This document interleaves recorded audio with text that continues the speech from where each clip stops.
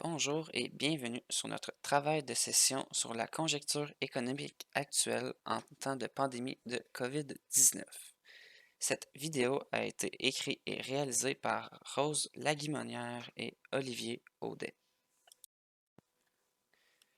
La conjoncture économique.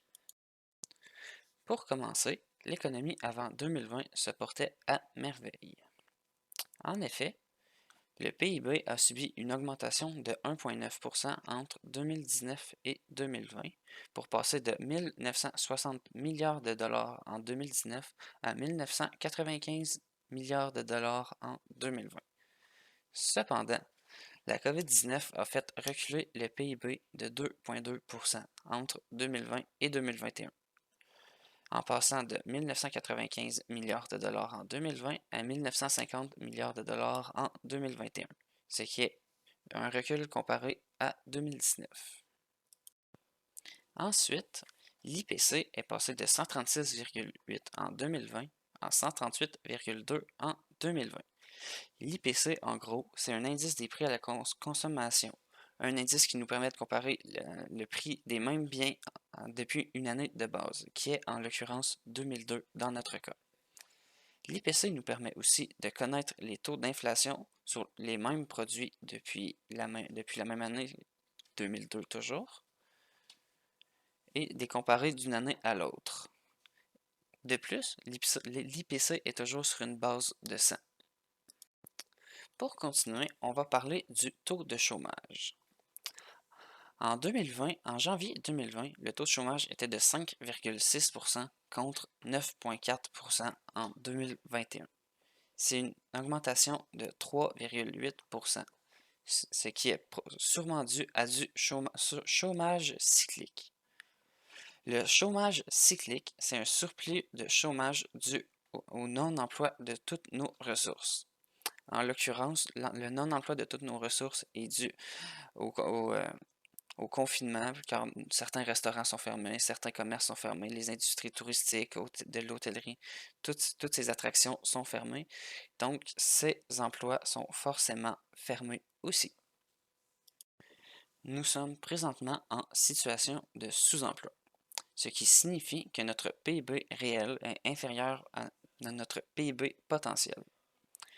Le PIB potentiel est un indicateur calculé par la Banque du Canada. Ce serait de manière générale le PIB que nous devrions atteindre au plein emploi de toutes nos ressources. Quand nous ne sommes pas en suremploi, quand nous ne sommes pas en sous-emploi, ce serait le PIB potentiel excellent pour notre économie. Ce serait la meilleure chose.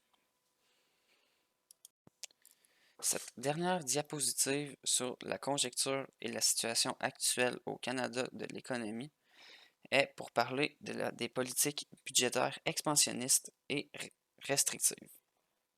En effet, une politique budgétaire restrictive sera adoptée quand nous sommes en suremploi pour faire plus d'impôts et de diminuer notre dette, tandis qu'une politique budgétaire expansionniste, comme ce que nous avons en ce moment, est due à une situation de sous-emploi pour stimuler l'emploi.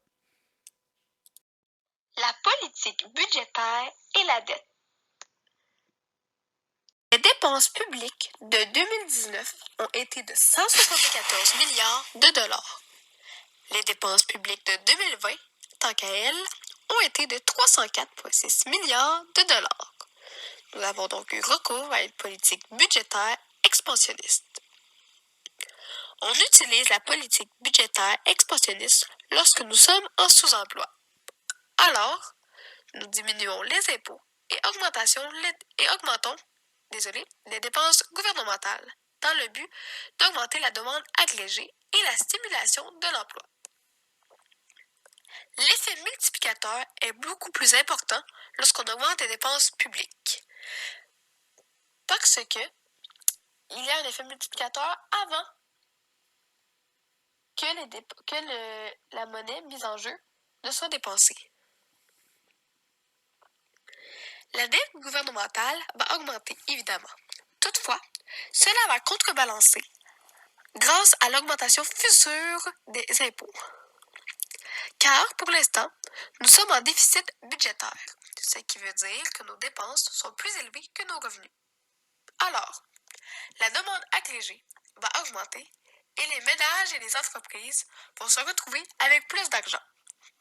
Donc, ils auront plus d'argent à dépenser.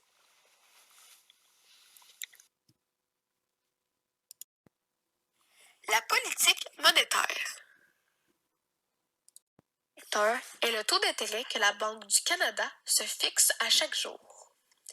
Elle peut diminuer ce taux, ce qui permettrait au sous-emploi de devenir plein emploi, ou elle peut l'augmenter pour que le suremploi devienne plein emploi, ce qui permettrait une situation de PIB réel d'équilibre égal au PIB potentiel. Donc, si le taux directeur diminue, la demande agrégée augmentera.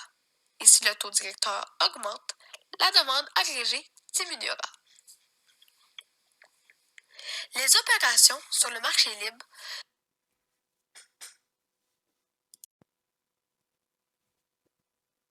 sont des investissements qui ne sont pas réglementés, mais qui ont un haut niveau de risque.